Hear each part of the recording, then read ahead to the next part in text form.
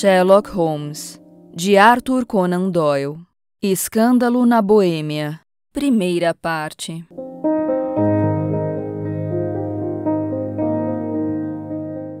Para Sherlock Holmes, ela é sempre a mulher. Raras vezes o ouvi mencioná-la sob qualquer outro nome. A seus olhos, ela eclipsa e domina todo o sexo feminino. Não que ele sentisse por Irene Adler qualquer emoção do gênero do amor. Todas as emoções, e essa em particular, eram detestáveis à sua mente fria, precisa, mas admiravelmente equilibrada. Ele era, na minha opinião, a mais perfeita e observadora máquina de raciocinar que o mundo já viu. Como amante, porém, teria metido os pés pelas mãos. Nunca falou das paixões mais ternas senão com certa zombaria e um sorriso de desdém. Esses sentimentos eram admiráveis para o observador, excelentes para revelar os motivos e as ações dos homens. Para o homem de raciocínio treinado, porém, admitir tais interferências em seu temperamento sensível, sutilmente equilibrado, era introduzir um fator de perturbação capaz de abalar todos os seus julgamentos. Areia num instrumento sensível ou uma rachadura em suas potentes lupas não causariam mais estorvo que uma emoção forte numa natureza como a sua. Apesar de tudo, para ele só existia uma mulher, e essa mulher era a falecida Irene Adler, de duvidosa e questionável memória. Nos últimos tempos, eu pouco vira Holmes. Meu casamento nos afastara. Minha felicidade completa e os interesses domésticos que envolvem o homem que pela primeira vez se vê senhor de sua casa eram suficientes para absorver toda a minha atenção. Enquanto isso, Holmes, que detestava toda forma de sociedade, com sua alma inteiramente boêmia, continuava lá, em nossos aposentos em Baker Street, enterrado entre seus livros antigos e alternando semana a semana a cocaína com a ambição, o torpor da droga com a energia impetuosa de sua personalidade intensa.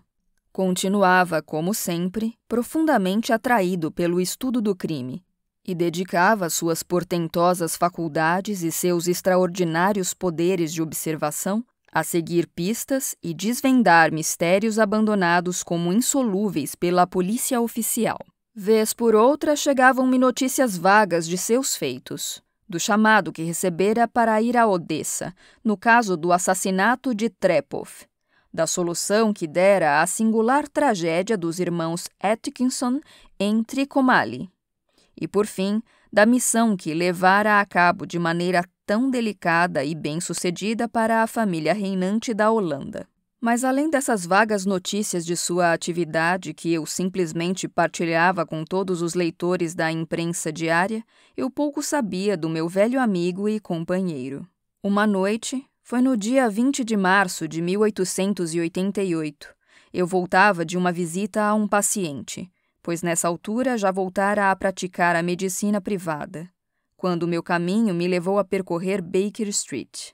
Ao passar pela porta de que me lembrava tão bem e que estará para sempre associada em minha mente à época de meu namoro e aos lúgubres incidentes do Um Estudo em Vermelho, fui tomado por um intenso desejo de rever Holmes e saber como andava empregando seus extraordinários poderes.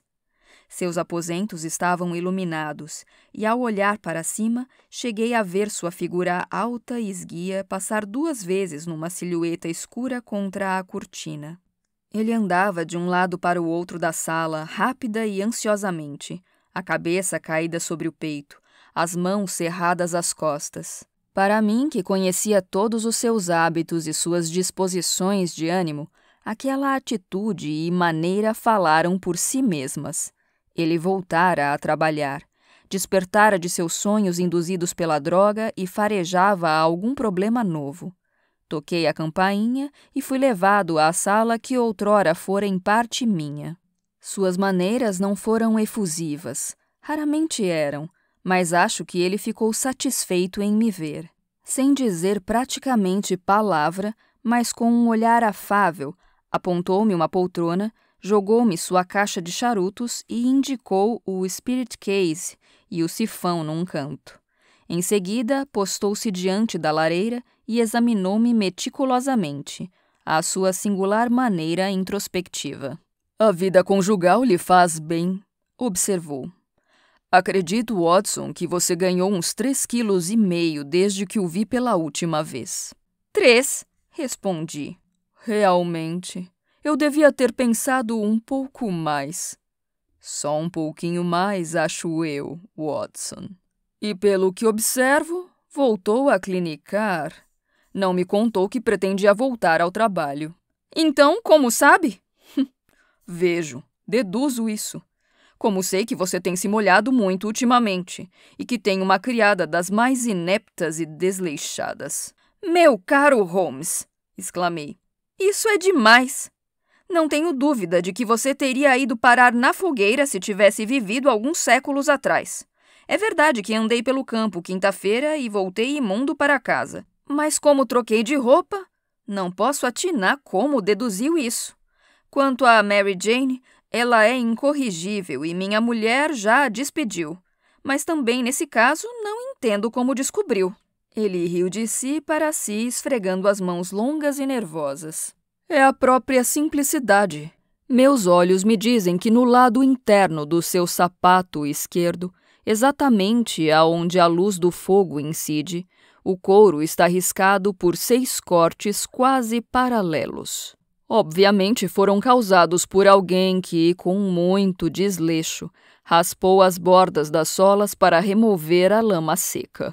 Daí, como vê, minha dupla dedução de que você andara por aí sob um temporal dos diabos e tinha em casa uma espécie particularmente incapaz de borra-botas da criadagem londrina. Quanto à clínica, se um cavalheiro entra pela minha sala adentro cheirando a iodofórmio, com uma mancha preta de nitrato de prata no indicador da mão direita e uma protuberância de um lado da cartola para mostrar onde escondeu o estetoscópio, eu teria de ser realmente um palerma se não o identificasse como um membro ativo da profissão médica. Não pude deixar de rir da facilidade com que explicava seu método de dedução. Quando o ouço expor suas razões, observei, a coisa sempre me parece tão ridiculamente simples que tenho a impressão de que eu próprio seria capaz de fazer o mesmo. Mas o fato é que, a cada raciocínio seu, fico perplexo até você explicar seu procedimento. Apesar disso, acho que tenho olhos tão bons quanto os seus. Naturalmente, respondeu acendendo um cigarro e jogando-se numa poltrona. Você vê, mas não observa. A distinção é clara. Por exemplo, você viu muitas vezes os degraus que trazem do vestíbulo a esta sala. Muitas? Quantas? Ora, algumas centenas de vezes. Então, quantos degraus são? Quantos? Não sei. É claro, você não observou, apesar de ter visto. Este é o X da questão. Pois bem, eu sei que há 17 degraus, porque tanto vi quanto observei. A propósito, já que se interessa por esses probleminhas e já que teve a gentileza de ser o cronista de uma ou duas de minhas insignificantes experiências, talvez se interesse por isso. Jogou-me uma folha de papel de carta espessa, rosada, que estava aberta sobre a mesa. Chegou pelo último correio, disse. Leia em voz alta. O bilhete não era datado, não tinha assinatura nem endereço. Hoje à noite, às 7:15, dizia, irá à sua casa um cavalheiro que deseja consultá-lo sobre assunto da mais profunda importância. Os recentes serviços que o senhor prestou a uma das casas reais da Europa mostram que é uma pessoa a quem se pode confiar matérias cuja relevância dificilmente podem ser exagerada. Esta avaliação do senhor de várias fontes recebemos. Esteja, portanto, em seus aposentos àquela hora, e não leve a mal caso seu visitante esteja usando uma máscara. É mesmo um mistério, observei. Que imagina que significa? Por ora não tenho nenhum dado. É um erro capital teorizar antes de ter dados. Insensivelmente, começa-se a distorcer fatos para ajustá-los a teorias, em vez de teorias para que se ajustem a fatos. Mas e o bilhete? Que deduz dele? Examinei cuidadosamente a letra e o papel em que estava escrito. O homem que a escreveu é presumivelmente abastado, comentei, esforçando-me por imitar os métodos de meu companheiro. Um papel como este não pode ter custado menos de meia coroa o maço. É peculiarmente forte e encorpado. Peculiar é a palavra exata, observou Holmes. Não se trata em absoluto de um papel inglês. Segure-o contra a luz. Obedecendo, vi um E grande com um G pequeno, um P e um G grande com um T pequeno filigranados no papel. Isso lhe diz alguma coisa? Perguntou Holmes. O nome do fabricante, sem dúvida. Ou, quem sabe, seu monograma. Nada disso. O G com o T pequeno significa Gesellschaft, a palavra alemã para companhia. É uma abreviatura usual, como o nosso CIA. O P, é claro, significa papier. Resta o EG. Vejamos o que diz o nosso Continental Gazetteer. Tirou da estante um pesado volume marrom.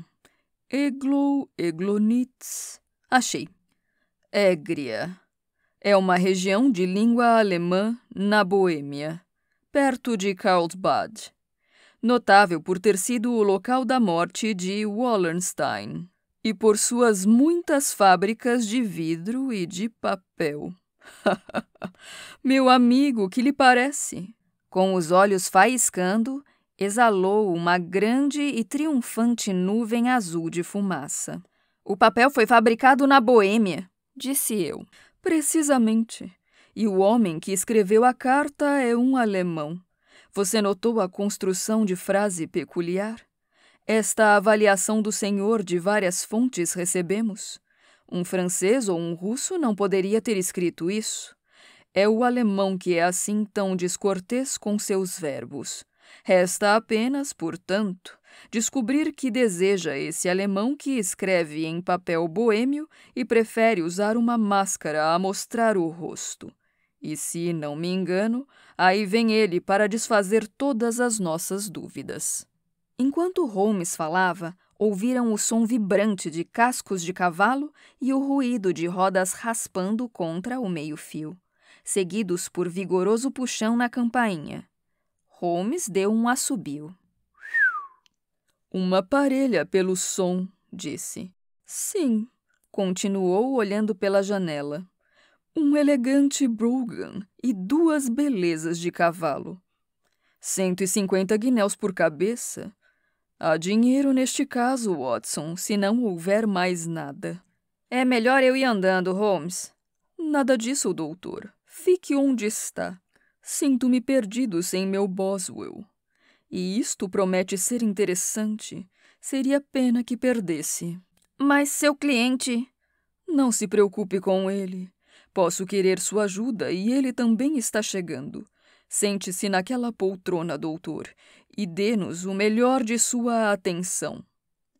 Um passo lento e pesado, que se fizera ouvir na escada e no corredor, estancou rente à porta. Seguiu-se uma batida forte e autoritária. Entre, disse Holmes. Entrou um homem que dificilmente teria menos de 1,97 m de altura, com o peito e os braços de um Hércules. Suas roupas eram luxuosas, de um luxo que, na Inglaterra, seria visto como beirando o mau gosto. Grossas faixas de astracan enfeitavam as mangas e as lapelas do seu jaquetão e o manto azul escuro que trazia jogado sobre os ombros era forrado de seda cor de fogo e preso ao pescoço com um broche feito de um único e flamejante berilo. Botas que lhe chegavam à metade das panturrilhas e cujos canos eram arrematados com espessa pele marrom, completavam a impressão de opulência bárbara que toda a sua aparência sugeria. Segurava um chapéu da abas largas e trazia na parte superior do rosto, descendo até abaixo das maçãs, uma máscara negra. Parecia ter acabado de ajustá-la, pois a mão ainda estava erguida quando entrou. A julgar pela parte inferior do rosto, era um homem de caráter forte. O lábio inferior era grosso e caído, e o queixo, longo e reto, sugeria mais que determinação, teimosia mesmo. "Recebeu minha carta?" perguntou uma voz grave e áspera, com um carregado sotaque alemão. "Eu lhe comuniquei que veria." Seu olhar passeava de um lado para o outro de nós, como se não soubesse ao certo a quem se dirigir. "Por favor, sente-se", disse Holmes. "Este é meu amigo e colega Dr. Watson, que ocasionalmente tem a bondade de me ajudar em meus casos. Com quem tenho a honra de falar?" "Pode me chamar de Conde von Kram, um nobre da Boêmia. Suponho que este cavalheiro, seu amigo, é um homem honrado e discreto, a quem posso confiar uma questão da mais extrema importância. Do contrário, preferiria conversar a sós com o senhor." Levantei-me para sair, mas Holmes agarrou-me pelo pulso e empurrou-me de volta na minha poltrona. "Nós dois ou ninguém", disse. "Pode dizer diante deste cavalheiro tudo o que tem a me dizer."